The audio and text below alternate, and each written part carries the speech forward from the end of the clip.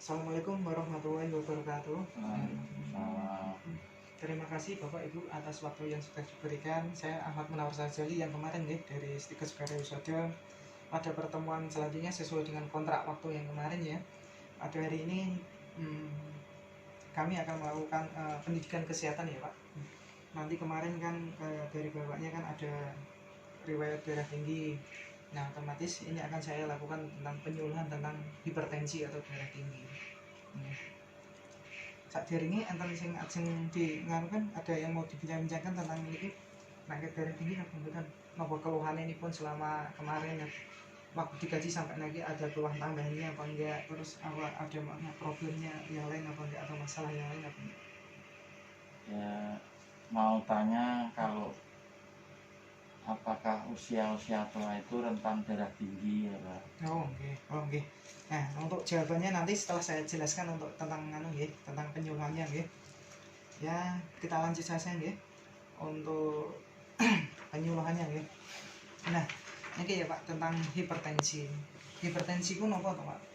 Hipertensi ini tekanan darah tinggi di mana sistol atau yang atasnya itu lebih dari 140 dan diastolnya itu lebih dari 90. Untuk yang diastol otomatis yang bawahnya nih Pak. Jadi seandainya tensinya lebih dari 140/90 itu sudah dinamakan hipertensi ringan Pak. Nah, di sini ada kategori-kategorinya. Dimana ini untuk yang usia dewasa dimana untuk yang hipertensi ringan itu antara grade-nya atau rata-ratanya antara 140, untuk yang atas sampai 160, untuk yang diastol atau bawahnya 90 sampai 100. Dimana untuk yang hipertensi sedang itu 160 sampai 179, untuk yang diastol atau yang bawahnya yaitu 100 sampai 109. Untuk yang hipertensi berat ini yang 180 sampai 209, dimana untuk yang diastolnya 110 sampai 119. Kemarin untuk yang Bapak kan rentangnya antara 160 gitu, berarti otomatis sudah masuk yang sedang hipertensinya. Untuk yang penyebabnya yaitu ada beberapa Pak penyebab dari hipertensi ini Bu. Untuk yang mulai pertama ada faktor keturunan atau genetik.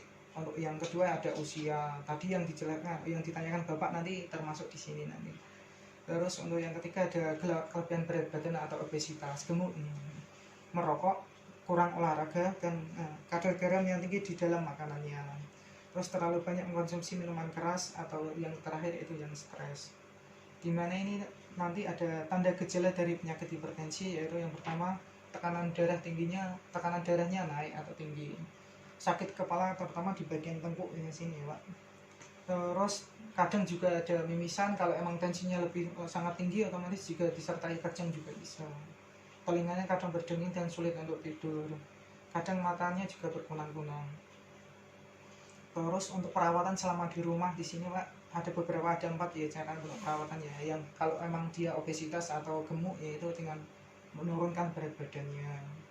Terus selanjutnya kalau dia pasien tersebut mengonsumsi alkohol ya otomatis alkoholnya dikurangi, kalau bisa ya dihentikan. Terus meningkatkan aktivitas fisik yaitu dengan olahraga yang teratur. Terus yaitu yang keempat yaitu berhenti merokok atau mengurangi kolesterol pada makanan seperti gorengan-gorengan itu ya dikurangi. Untuk yang pencegahan pada penyakit hipertensi ada 2 ya Pak, yaitu non farmakologik yaitu dengan tanpa obat-obatan, dan farmakologi dengan obat-obatan. Untuk yang farmakologik ada 4 ya, mengurangi asupan garam, jadi untuk makanannya asin-asin itu dikurangi, tidak merokok, dan menghindari makanannya berlemak ya Pak, seperti jeruan-jeruan gitu ya.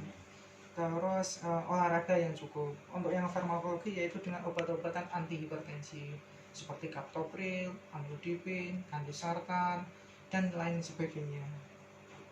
Di sini ada obat-obatan untuk yang tradisional ya Pak, yaitu dengan buah-buahan atau dengan sayuran ya. Ada 3 di sini untuk yang obat-obatan untuk anti hipertensi itu.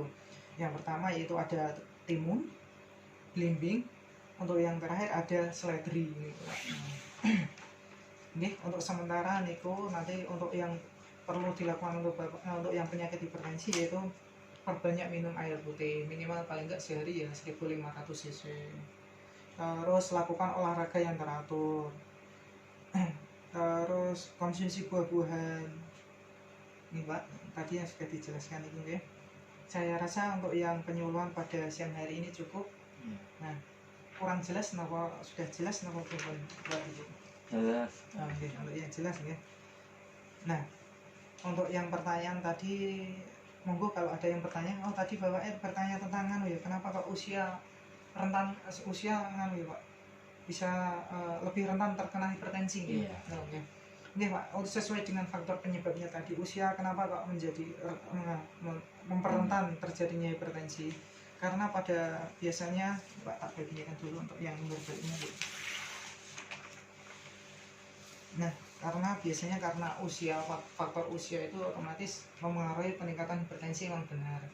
Biasanya kalau emang sudah usianya lebih lanjut atau lebih sepuh, otomatis dari fungsi dari organ-organ tubuhnya sudah mulai berkurang. Makanya karena dari fungsi ginjal, fungsi jantungnya tersendiri itu juga sudah mulai pengurang. Otomatis juga kalau faktor juga usianya juga sudah rentan, maka diimbangi dengan olahraga yang teratur terutama pada pagi harinya ini. Nah, itu yang menyebabkan kenapa usia kok menjadi rentan terjadi hipertensi, karena terjadi penurunan fungsi dari organ-organ tubuhnya. Bagaimana Pak, sampun jelas? Iya, jelas. Oh, ada yang mau ditanyakan lagi? Sampun. Oh, nggak ada. Ya udah, kalau nggak ada saya tanya. Kalau nggak ada, hipertensi ini kok nopo toh Pak?